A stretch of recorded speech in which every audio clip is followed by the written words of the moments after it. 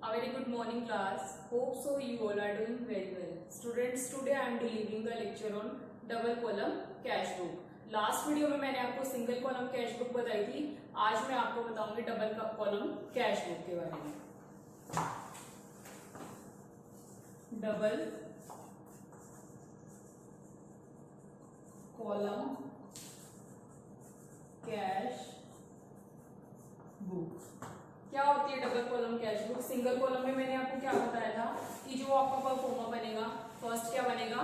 Date का, then particular, then LF, VF. LF means आपकी जो आपकी लेजर फोलियो है, और वीएफ वाउचर नंबर क्या है आपका, साथ में डेबिट की अमाउंट. फिर क्या होगा? दोबारा से डेट मेंशन होगी, पर्टिकुलर्स, देन एलएफ, वीएफ की ledger folio number and voucher number क्या है, और साथ में क्रेडिट की amount. Double column cash book में क्या है? इट में हैव द फॉलोइंग कॉलम्स. इसके अलग कॉलम से बनते हैं.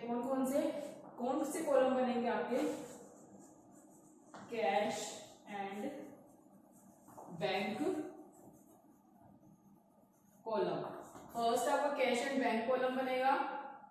Second cash and discount column. Cash and discount column. Third क्या बनेगा आपका? Bank and discount column. Bank and discount column. ये 3 कॉलम्स बनते हैं आपके डबल कॉलम कैश बुक में. मोस्टली क्या करते हैं कि हम सिंगल कॉलम कैश बुक का यूज करते हैं, लेकिन डिस्काउंट कॉलम या फिर बैंक कॉलम का यूज कब करते हैं? जब हम कोई भी पेमेंट क्या कर रहे होते हैं, ले रहे होते हैं या फिर दे रहे होते हैं. तो क्या होती है double column cash book? Normally cash discount is allowed और received when payment is made. जब हम कैश अलाउ करते हैं या फिर मतलब कि हमने कैश किसी को देना होता है या फिर किसी से लेना होता है, उस केस में हम क्या करते हैं? ये double column cash book mention करते हैं. It becomes necessary to record this fact at the same place. इसमें क्या होता है कि हमें एंट्री करनी पड़ती है डिस्काउंट से रिलेटेड, बैंक से रिलेटेड, कैश से रिलेटेड. ये तीनों एंट्री करनी पड़ती है हमें डबल कॉलम कैश बुक में. Where the cash transaction is recorded. कहाँ पे? जहां पे हमारी कैश की ट्रांजेक्शन रिकॉर्ड की जाती है. अब कैश डिस्काउंट 2 टाइप्स के होते हैं. कैश डिस्काउंट अलाउड और कैश डिस्काउंट रिसीव्ड. फर्स्ट क्या होता है इसमें? कैश डिस्काउंट अलाउड, कि जब कैश अलाउ किया जाता है तो उस पे कितना डिस्काउंट मिल रहा है. सेकंड कैश डिस्काउंट रिसीव, कि जब आपने कैश रिसीव किया है, रिसीव करते टाइम आपको क्या डिस्काउंट मिला. इसको मैं दोनों को एग्जांपल से करवाऊंगी. कैश डिस्काउंट अलाउड क्या चीज है? इसमें क्या है क्वेश्चन, एक एग्जांपल लेते हैं.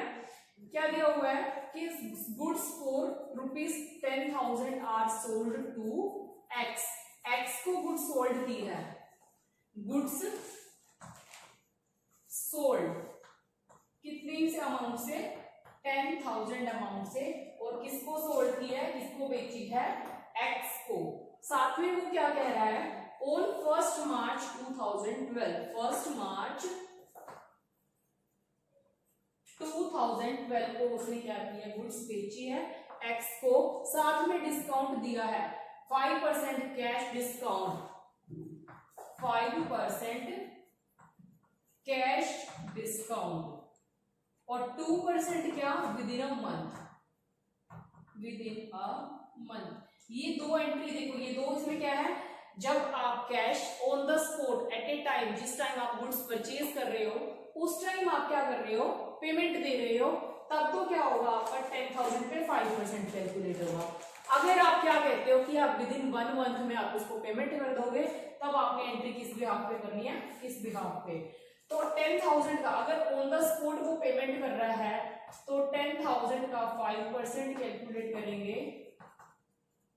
10,000 माइनस 500,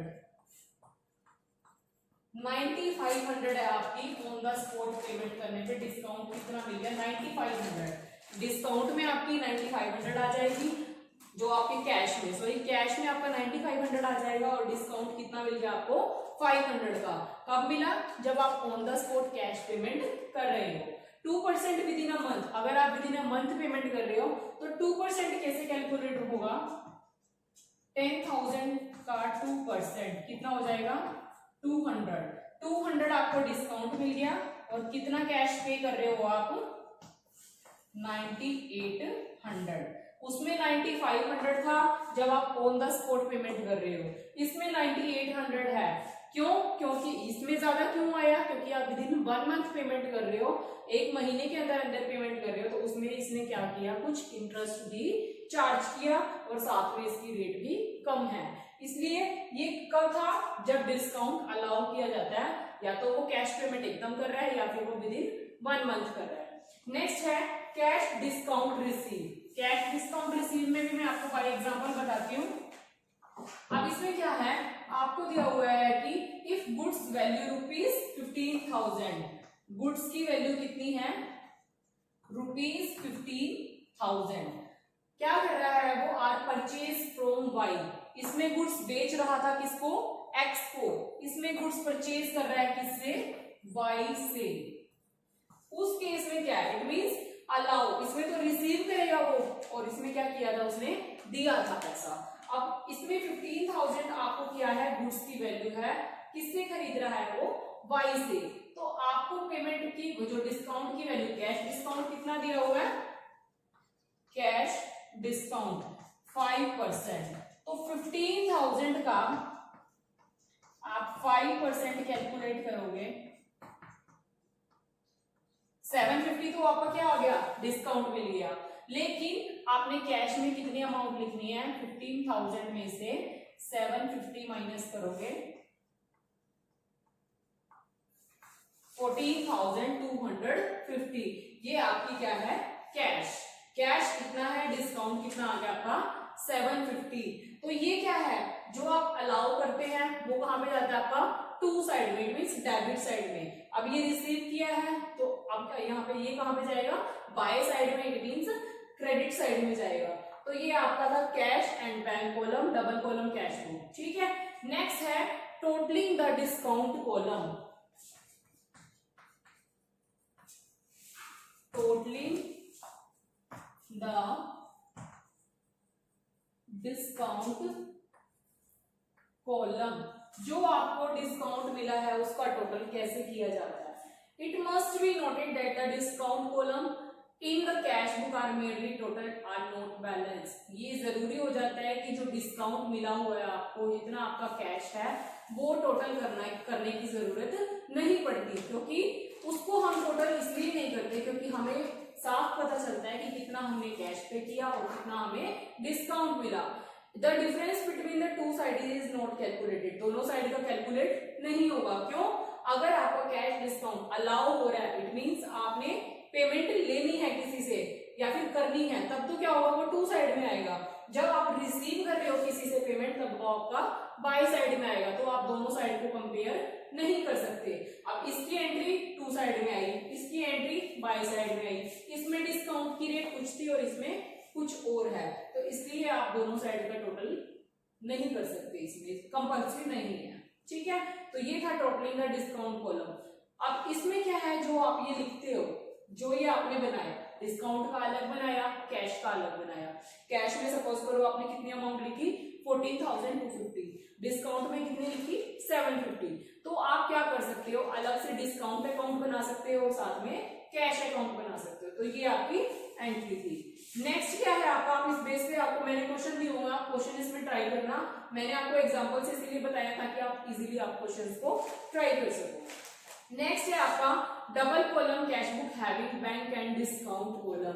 जो आपकी डबल कॉलम कैश बुक है उसमें बैंक और डिस्काउंट कॉलम क्या चीज है, क्या रोल रहता है? In case of transaction involving cash there is, अगर हमारी कैश के रिलेटेड ट्रांजेक्शन होती है तो उसमें और मोस्टली क्या रहता है? रिस्क बना रहता है। किस चीज का? कि कहीं एम्प्लॉय से कुछ गलती तो ना हो जाए, कहीं वो कुछ अमाउंट की बजाय कुछ गलत अमाउंट तो ना मेंशन कर दे। For the purpose of minimising the risk, risk को कम करने के लिए क्या किया है? Some businessman follow the policy. कुछ बिजनेसमैन क्या करते हैं? पॉलिसी को फॉलो करते हैं, अलग अलग पॉलिसी लेते हैं। सपोज करो कोई उसका बिजनेस है, उसने बिजनेस का इंश्योरेंस करवाया हुआ है। अगर बिजनेस में किसी भी टाइप का रिस्क होता है, किसी भी टाइप का लॉस होता है, अगर वो लॉस हो रहा है तो वो कौन करेगा? अगर जो उसने इंश्योरेंस करवाया हुआ है, इंश्योरेंस कंपनी उस रिस्क को पे करेगी। इसलिए उन्होंने क्या कहा है कि जो भी बिजनेसमैन है अपने रिस्क से बचने के लिए कुछ पॉलिसी करवाता है। Such a cash book is also known as bank cash book.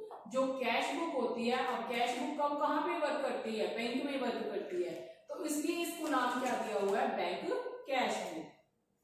A businessman usually open a current account with a bank। एक बिजनेसमैन होता है या नॉर्मल पर्सन भी है, वो नॉर्मल पर्सन तो क्या करेगा, मतलब कि जो बिजनेसमैन है वो किस पर्पज से बैंक में एंट्री करवाता है कि वो एक करंट अकाउंट, कि उसकी करंट में कितनी ट्रांजैक्शंस हो रही है, कितना वो रिसीव कर रहा है, मतलब कितना वो विड्रॉल कर रहा है और कितना वो डिपॉजिट कर रहा है। No interest is allowed by the bank on the balance in current account. अगर उनका अकाउंट में बैलेंस पड़ा है तो उस पर कोई भी इंटरेस्ट कैलकुलेट नहीं किया जाता। On the contrary a bank charges a small amount. अगर एक कॉन्ट्रेरी बेस पे वो अमाउंट को डिपॉजिट कर रहा है तो उसमें कोई भी, तो उसमें क्या होता है कि कुछ अमाउंट में बैंक चार्ज करता है, कॉल्ड बैंक चार्जेस। सपोज करो कि वो अपना ड्राफ्ट पे कर रहा है, ड्राफ्ट उसने फिल किया, ड्राफ्ट को उसने फिल करके डिपॉजिट करवाया, सपोज करो ड्राफ्ट की अमाउंट है 50 रुपीज, तो वो बैंक चार्जेस होंगे 50 रुपीज होंगे, वो उससे कस्टमर से चार्ज करेगा। नेक्स्ट है डिपॉजिटिंग कैश और चेक इन द बैंक। अगर आपने कैश डिपॉजिट करवाना है या फिर चेक डिपॉजिट करवाना है बैंक में, फॉर डिपॉजिटिंग कैश और cheque in the bank it is necessary to fill a form. अगर हमने बैंक में क्या करना है, चेक डिपॉजिट करवाना है या फिर कैश डिपॉजिट करवाना है, तो वो उसमें हमें क्या करना पड़ेगा, हमें एक परफॉर्मा फिल करना पड़ेगा जो कैश विथड्रॉ का अलग आता है और कैश डिपॉजिट का अलग आता है। तो उसको क्या बोलते हैं हम, पे इन स्लिप। क्या बोलते हैं, पे इन स्लिप। इट मींस कि जो बैंक में हम ट्रांजेक्शन्स कर रहे हैं या फिर डिपॉजिट है या फिर आप विथड्रॉ करवा रहे हो पैसा, तो उसमें आपको परफॉर्मा फिल करना पड़ेगा। उस परफॉर्मा को क्या बोलते हैं, पे इन स्लिप। नेक्स्ट है withdrawing money from the bank. अब विथड्रॉ का मतलब क्या होता है, निकलवाना। आप बैंक से मनी निकलवा रहे हो तो उसके लिए भी क्या करना पड़ेगा, आपको परफॉर्मा फिल करना पड़ेगा, कितनी अमाउंट में करवाना है। एक परफॉर्मे पे क्या मेंशन होती है कि किस डेट पे आप डिपॉजिट करवा रहे हो या किस डेट पे आप निकलवा रहे हो, कितनी अमाउंट से निकलवा रहे हो, सिग्नेचर कि आपके कितने, मतलब कि अगर आपने डिपॉजिट करवाने हैं या डिपॉजिट करवाने हैं तो उस केस में क्या होता है, आपका परफॉर्मे पे क्या बना होता है कि कितने नोट 2000 के हैं, कितने नोट आपके 500 के हैं, तो ये सब आप क्या करते हो उसमें मेंशन करते हो, देन उसका टोटल करते हो। जब आपने क्या करने होते हैं, निकलवाने होते हैं, तो उसमें ऐसा नहीं सिर्फ आप अमाउंट मेंशन करोगे, अपना नेम मेंशन करोगे, अपने सिग्नेचर करोगे, डेट मेंशन करोगे और पीछे अपना, उसे क्या बोलते हैं हम, ड्राफ्ट। कि आपने जो बैंक में पेमेंट करनी है या फिर आपने कैश डिपॉजिट करवाना है, विथड्रॉ करवाना है, तो आपको एक ड्राफ्ट, बैंक ड्राफ्ट फिल करना पड़ेगा। उसके अकॉर्डिंग आपकी पैसा निकल सकता है और पैसा डिपॉजिट हो सकता है। नेक्स्ट है crossing a cheque. Cheque crossing कैसे होती है, अब आपके पास एक चेक है, सपोज करो ये चेक है आपके पास, इस पे नेम मेंशन है, डेट मेंशन, यहाँ पे डेट मेंशन होती है, यहाँ पे नेम कितनी अमाउंट से करवाना है, यहाँ पे आप सिग्नेचर करते हो। तो उसमें क्या होता है, क्रॉस चेक का मीनिंग क्या है, अगर आपका वो चेक आपने यूज नहीं करना या फिर कोई अदर पर्सन आपका चेक बाय मिस्टेक या फिर फ्रॉड से उठाकर ले जाता है, तो आप क्या करोगे, उस चेक पे ऐसे क्रॉस चेक करोगे। दो पैरेलल लाइन होती है, उसको क्रॉस चेक बोलते हैं हम। तो ये क्या, इसका मीन्स क्या होता है कि जो पैसा डिपॉजिट करवाना होता है वो नहीं होगा, विथड्रॉ नहीं करवा सकते उसमें। इसमें क्या है, in case of first three crossing a cheque can be transferred by the pay. ये क्या कहते हैं कि जो आपने लिखा है उसमें, अब मान लो कोई भी किसी कंपनी का नाम लिख दिया या फिर नॉट नेगोशिएबल कि ये चेक अमान्य है, मान्य नहीं है, तो आप इन चीजों को क्रॉस चेक कर सकते हो, जिससे आपका जो ये चेक है वो एप्लीकेबल नहीं होगा। नेक्स्ट है आपके बुक में परफॉर्मा दिया हुआ है, specimen of a paying slip, specimen of a cheque. इसमें आप क्या कर सकते हो, देख सकते हो कि जो बैंक ड्राफ्ट होते हैं वो किस टाइप के होते हैं, पेइंग स्लिप कैसी होती है, चेक कैसे फिल करते हैं, ये आपके परफॉर्म में दिए हुए हैं इसमें। नेक्स्ट है आपका कुछ रूल्स दिए हुए हैं आपको। अब bank account is a personal, जैसे इन्होंने कहा है कि जो बैंक अकाउंट होता है वो कैसा अकाउंट होता है, पर्सनल अकाउंट होता है। पर्सनल अकाउंट का रूल क्या रहता है, debit the receiver and credit the giver. तो इसमें क्या कहते हैं कि डेबिट द रिसीवर और क्रेडिट द गिवर का मीनिंग क्या है, जितनी भी आप ट्रांजेक्शन्स कर रहे हो, कैश से रिलेटेड है या फिर बैंक से रिलेटेड है, वो किसमें होगी, जो चीज हमारे पास रिसीव होगी वो अमाउंट आप डेबिट करोगे, जो चीज आप पे करोगे वो क्या हो जाएगी, आपकी क्रेडिट हो जाएगी। सेकंड है all receipt whether in cash और बाय चेक, जितनी भी रिसिप्ट होती है या तो वो कैश की फॉर्म में होगी या फिर चेक की फॉर्म में होगी। थर्ड है all payments are to be record on the credit side of this book in the bank column. जो बैंक का कॉलम होता है, जितनी भी पेमेंट्स होती है वो कहाँ पे रिकॉर्ड होती है, क्रेडिट साइड में। फोर्थ है if a cheque sent from collection is dishonoured, अगर एक चेक भेजा गया है किसी के थ्रू, वो डिसऑनर्ड मतलब कि क्या हो जाता है, चेक बाउंस हो जाता है, वो आपका एप्लीकेबल नहीं रहता, वो वेस्ट हो जाता है, तो उसमें it is recorded on the credit side. जो बैंक कॉलम है उसमें वो क्रेडिट साइड में जाएगा।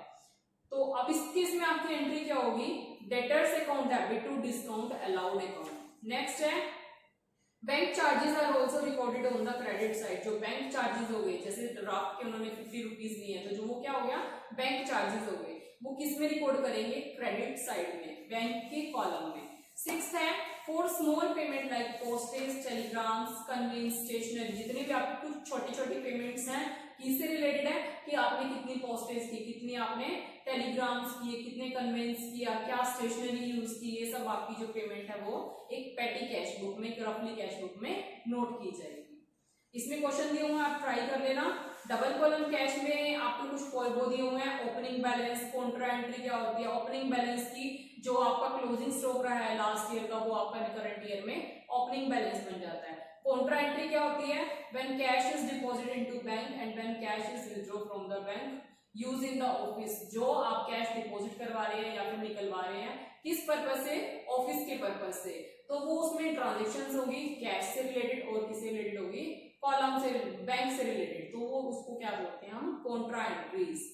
अब मैं next cash deposit into bank withdraw from office use, इसकी एंट्री आपको डिटेल में नेक्स्ट वीडियो में बताऊंगी। अगर आपको यहाँ तक कोई प्रॉब्लम है please discuss me on WhatsApp and thank you students, good luck.